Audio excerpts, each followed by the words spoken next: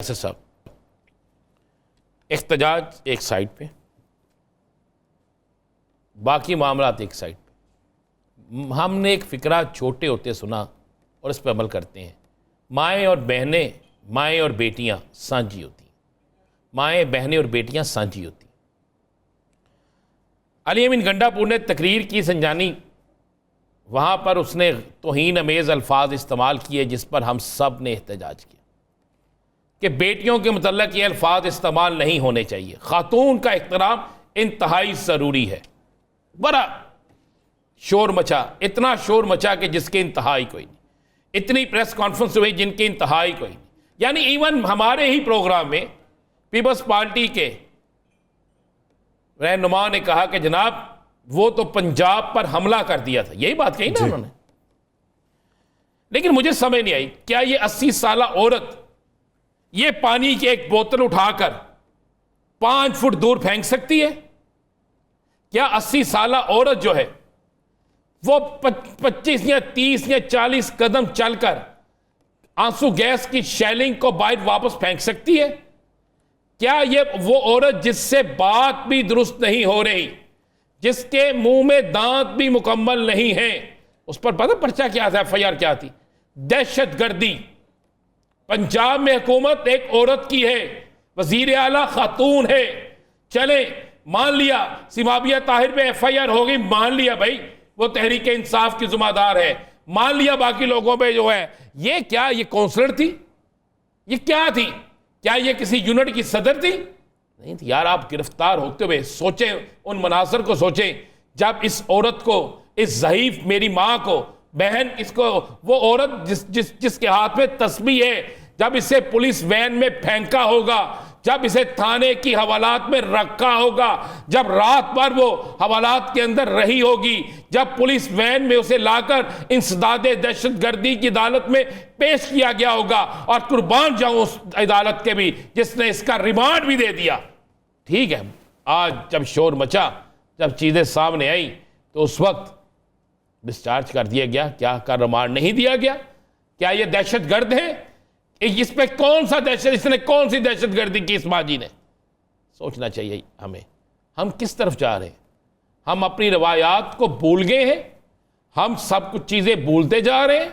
अब हमने फैसला कर लिया है कि जो भी मौजूद होगा उसे गिरफ्तार करेंगे, जेल में फेंकेंगे, इंसदादे दहशतगर्दी का पर्चा देंगे, चाहे वो 80 साला औरत हो, चाहे वो 5 साल का बच्चा हो, चाहे वो जवान औरत हो, चाहे वो जवान मर्द हो, चाहे बुरी औरत हो, कोई भी हो, पकड़ेंगे, FIR दे देंगे। ये एक सवाल है यासर कि अब वो ह्यूमन राइट्स की तंजीमें कहाँ गई? मैं आज सारा दिन सोचता रहा कि किसी सियासी जमात की तरफ से, किसी हुकूमती जमात की तरफ से, हुकूमती इत्तेहादी जमात की तरफ से बयान आएगा कि ये जुल्म है। मैं ये भी सोचता रहा कि मेरी वज़ीर आला भी कहेंगी नहीं ये जुल्म है, ऐसा नहीं होना चाहिए। मैं सोचता रहा कि बाकी जगहों से भी खवातीन जो अरकान असम्बली हैं वो भी इस पर बोलेंगी, लेकिन मुझे कहीं से आवाज़ नहीं आई, कहीं से आवाज़ नहीं। हाँ, तहरीक इंसाफ की तरफ से आवाज़ ज़रूर आई, लेकिन बाकी कहीं से आवाज़ नहीं आई। औरत तो, ये माँ तो घर चली जाएगी। कभी सोचें ये क्या सोचती होगी? ये ज़िंदगी के आखिरी अपने अयाम गुजार रही है। ये क्या सोचेगी कि क्या मेरा कसूर ये था कि मैं एक एहतजाज में चली गई और मेरे साथ वो सलूक किया गया, वो सलूक किया गया कि मुझे दहशतगर्द बना दिया गया। अगर ये दहशतगर्द है, अगर इस पर दहशतगर्दी का पर्चा लग गया है, FIR दर्ज है दहशतगर्दी की, तो फिर सोचें यार, फिर लम्हा फिक्रिया है, फिर वो सारे कानून के ऊपर, फिर रिमांड देने वालों के ऊपर एक सवालिया निशान है। मैं तो सोचता था कि शायद आज इस पे सोमोटो लेते हुए मेरी बड़ी मौसिस अदलिया जो है, इस्लामाबाद हाई कोर्ट हो, सुप्रीम कोर्ट हो, वो इस पे सोमोटो लेंगे, कहेंगे भाई बुलाओ उस माजी को और फिर अदब से लाया जाएगा और उन्हें लाया जाए, तो फिर जाके करे ना। लेकिन नहीं यासर साहब, ये एक ऐसा लम्हा है कि इस पर जवाब तो देना पड़ेगा। हाकिम वक्त को भी, सियासी जमातों को भी, और इस पर चुप रहने वालों को भी जवाब तो देना पड़ेगा। बाकी दूसरा, आपने कहा कि आज जो सियासी माहौल, आपने तस्वीर कशी की सुप्रीम कोर्ट की, यासर साहब आप तो माजरत से, ये आज से नहीं, आज से पहले भी होती थी ये सब कुछ, लेकिन मुझे आने वाले दिनों में एक बड़ा अदालती बहरान नज़र आ रहा है। अगर सुबह फिर मुनीब साहब नहीं बैठते और जिस तरह बेंच पर अली ज़फ़र साहब ने नुक्ता इतराज़ उठा दिया है, तो ये सारी चीज़ें आने वाले दिनों में आपको नज़र आएगा कि मुझे हालात किसी और तरफ जाते नज़र आ रहे हैं। अब तो बिल्कुल ये कोई तवक्को रखे कि हमें अदालतों से कोई वो मिल रहा है, बड़ा रिलीफ नज़र आ रहा है, रिलीफ ज़रूर मिल रहा है, जिनको मिल रहा है उनको मिल रहा है, लेकिन अब अदालतों के अंदर इस लड़ाई ने बहुत से माहौल को ख़राब कर दिया। रोज़ाना सुबह उठकर एक नई खबर अदालत से आती है और ये नहीं आती कि राना अजीम, यासर रशीद या फ़लाँ जो है वो रिलीज़ हो गए या इनको इंसाफ मिल गया। वो अब खबर ये आती है ये बेंच में है, ये बेंच में नहीं है। अब जवाब देना चाहिए था। मैं बिल्कुल क्लियर, मुनीब अख्तर साहब ने जो सवालात उठाए, क्या उनका जवाब नहीं देना चाहिए था? क्या आज से पहले माजी में कोई ढाक जज साहब किसी ऐसे बेंच का हिस्सा बने? अगर माजी में बने हैं तो फिर अब भी बनना चाहिए। अगर माजी में नहीं बने, अगर माजी में रवायत नहीं है, तो फिर अब रवायत क्यों? फिर अचानक ये रवायत क्यों बनी? फिर जब आपने फैसला किया है कि 3 रुकनी जो एक बेंच बने, 3 रुकनी जो कमेटी बनेगी वो बेंच का फैसला करेगी, और कमेटी जब 2 रुकनी हो जाती है तो उसका फैसला भी 3 रुकनी नहीं रहता। यासर साहब जी, फिर वो इसमें से एक सीनियर तरीन जज साहब नहीं है ना, फिर आप किस तरह उस बेंच की तश्कील कर सकते हैं? ये बहुत से सवालात हैं जिसके जवाबात अवाम भी जान दे कि अगर चीफ जस्टिस साहब ने दुरुस्त किया है तो फिर भी जवाब आना चाहिए, अगर ये गलत है तो फिर भी जवाब आना चाहिए। दोनों सूरतों में जवाब तो आना चाहिए ना। मैं तो आज इस फैसले का मुंतज़िर था कि शायद आज अदालत की तरफ से ये रिमार्क्स आते हैं, जनाब बुलाएं इलेक्शन कमीशन ऑफ पाकिस्तान को। ये जो हजान की कैफियत पैदा हो चुकी है, अगर इलेक्शन कमीशन दुरुस्त है तो उसके हक में फैसला दिया जाए, अगर इलेक्शन कमीशन दुरुस्त नहीं है तो फिर जनाब उसे हिदायत की जाए।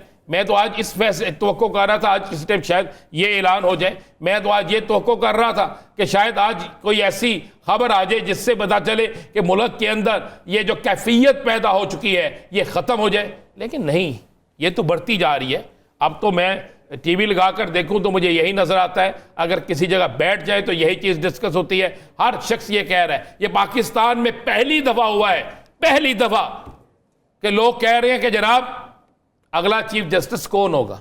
आज से पहले ऐसा नहीं होता था। ये असर होता था, जो बता दें, होता जो सीनियर है क्लियर होता था ना एक जी। अब तो लोग कह रहे हैं, सवाल कर रहे हैं कि जनाब अगला चीफ जस्टिस साहब कौन होंगे, इसका जवाब किसने देना है, इसका जवाब कहां से आएगा? सितंबर खत्म हो गया, अक्टूबर शुरू होने लगा है, कौन जवाब देगा इसका?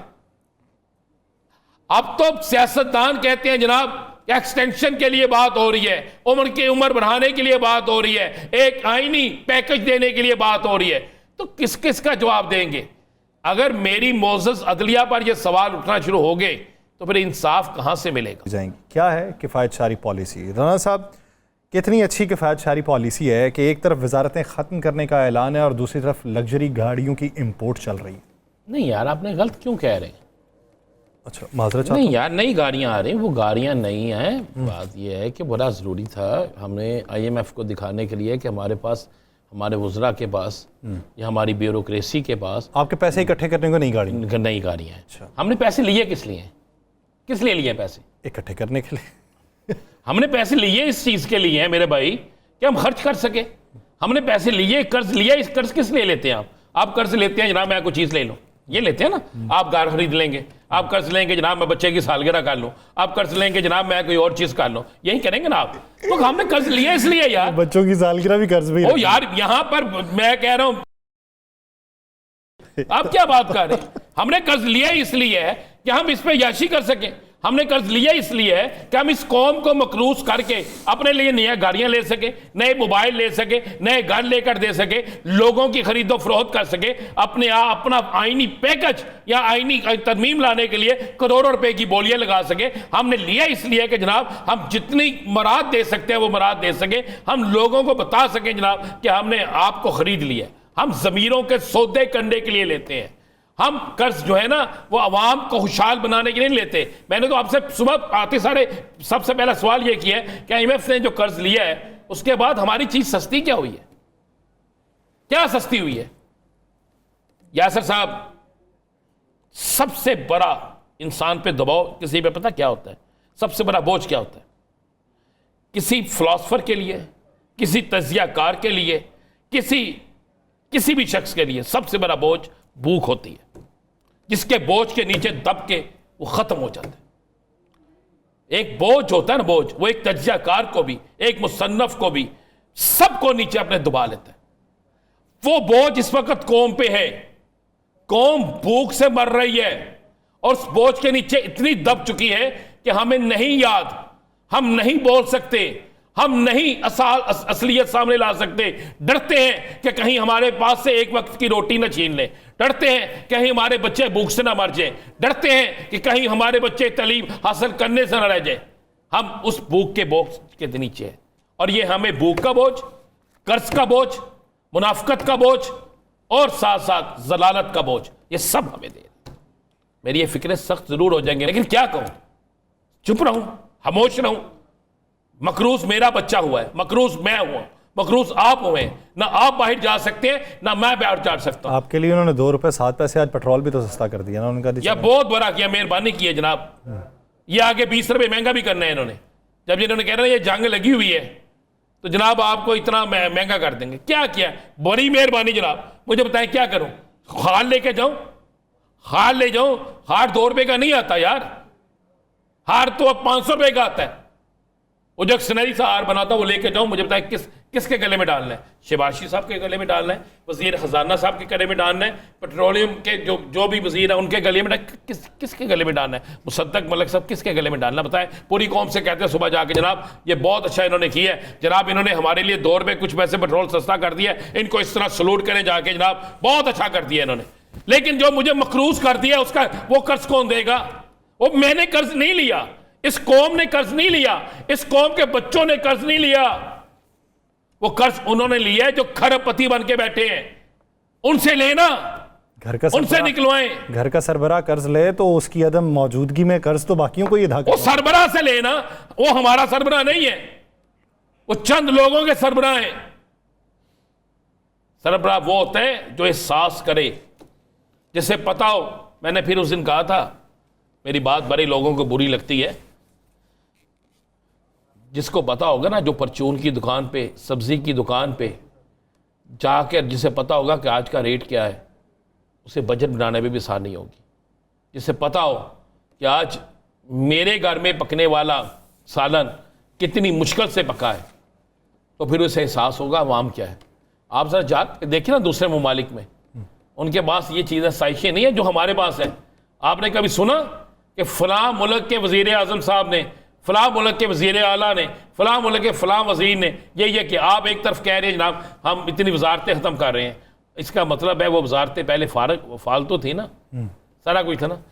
तो फिर यार क्या है, आप बादशाह आदमी है, आप इतना खुशी मना रहे हैं, आप खुशी मनाएं।